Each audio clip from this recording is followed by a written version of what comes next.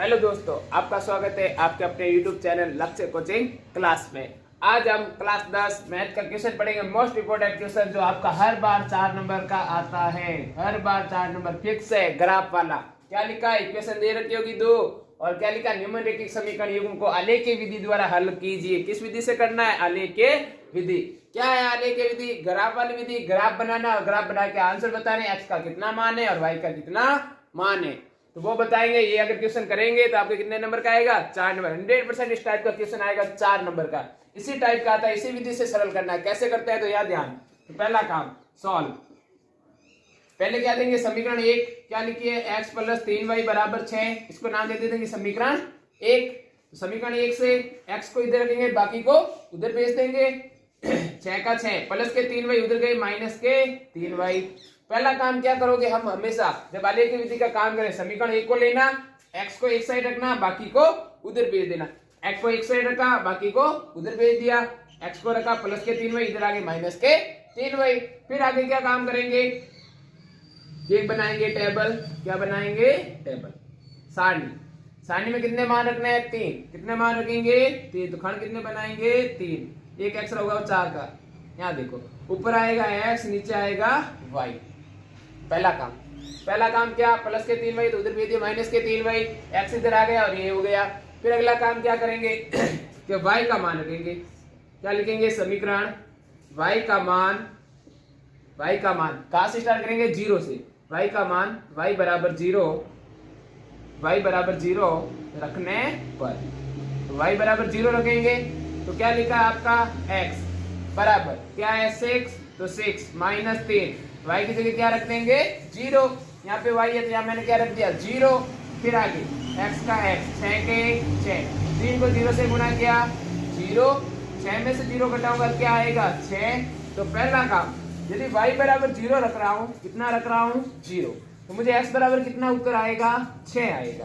पहला काम खत्म। फिर दूसरा काम, दूसरे नंबर पे क्या करेंगे? ऐसे y बराबर 1 रखने पर, अब y की जगह कितना रखेंगे? 1।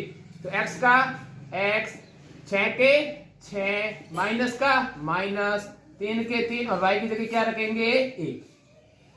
फिर आगे 6 के 6, माइनस का माइनस, 3 को 1 से गुणा करेंगे, कितना आएगा? 3। 6 में से 3 घटाऊंगा, मेरा कितना आएगा? 3। यदि y बराबर 1 रख रहा हूं तो x बराबर क्या आ रहा है? 3। यदि मैं 1 रखूंगा तो मेरा यहाँ पे कितना आएगा? 3 आएगा। फिर अगला काम 3 नंबर, यदि y बराबर 2 रखने पर, जहाँ y है वहां पे हम कितना रखेंगे? अब 2 रखेंगे। कितना रखेंगे? 2। ये रख दिए 2। 6 का 6, 3 को 2 से गुणा किया तो 6 में से 6 घटाऊंगा तो क्या आएगा? 0। यदि मैं 2 रख रहा हूं, यदि मैं यहाँ y की जगह 2 रख रहा हूँ, y की जगह कितना रख रहा हूँ? 2, तो मुझे x की जगह कितना प्राप्त हो रहा है? 0। x की जगह कितना प्राप्त हो रहा है? 0। ये तो किसका था? समीकरण 1 का।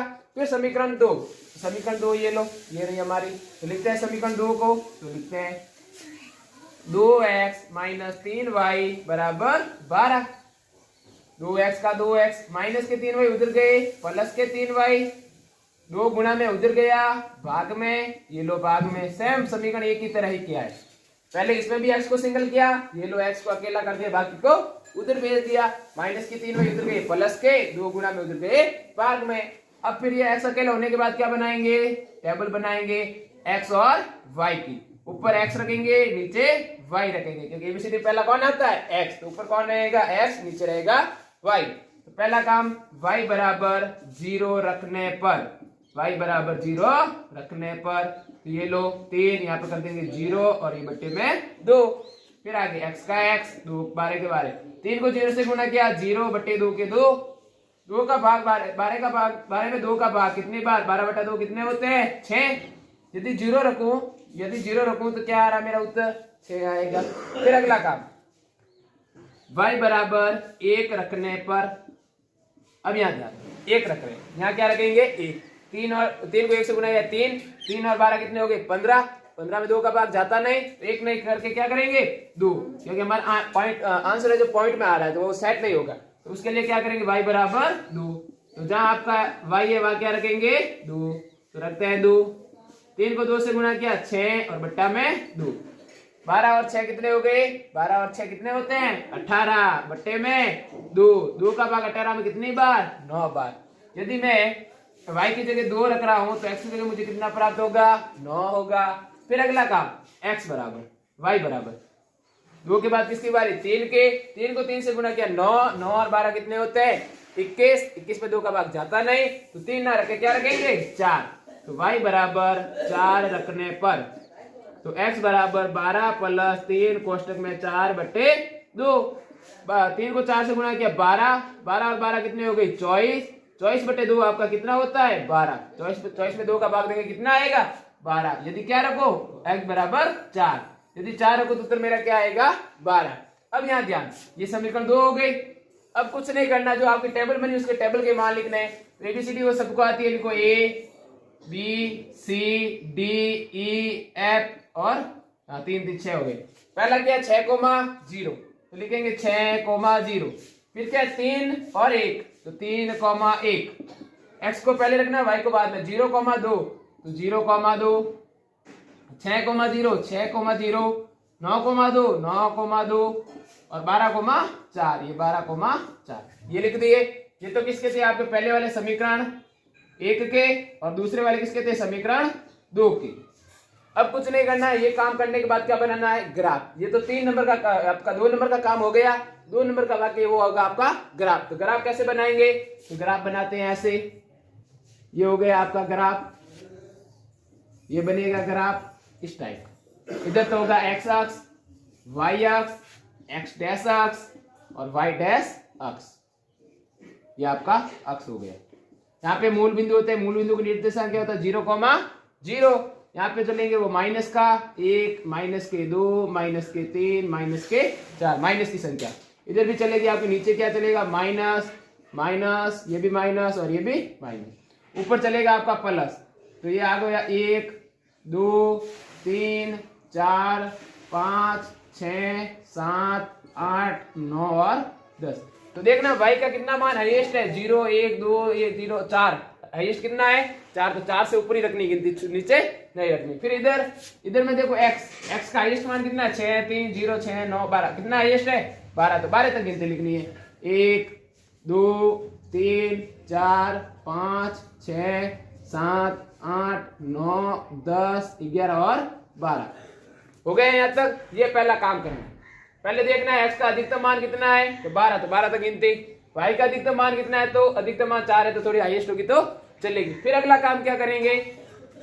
क्या a 6,0 a बराबर क्या लिखा? 6,0। x का मान कितना है? 6। y का मान 0। x का मान ये रहा, x में 6 ये रहे, y का 0 ये रहा। तो आपका यहाँ पे ये आपका a बिंदु क्या हो गया? a। फिर b क्या है? 3,1 तो 3 कहाँ है x के? ये रहे 3। y का 1 ये रहा, y का 1 तो कहाँ बनेगा आपका? b, ये आप भी बनेगा।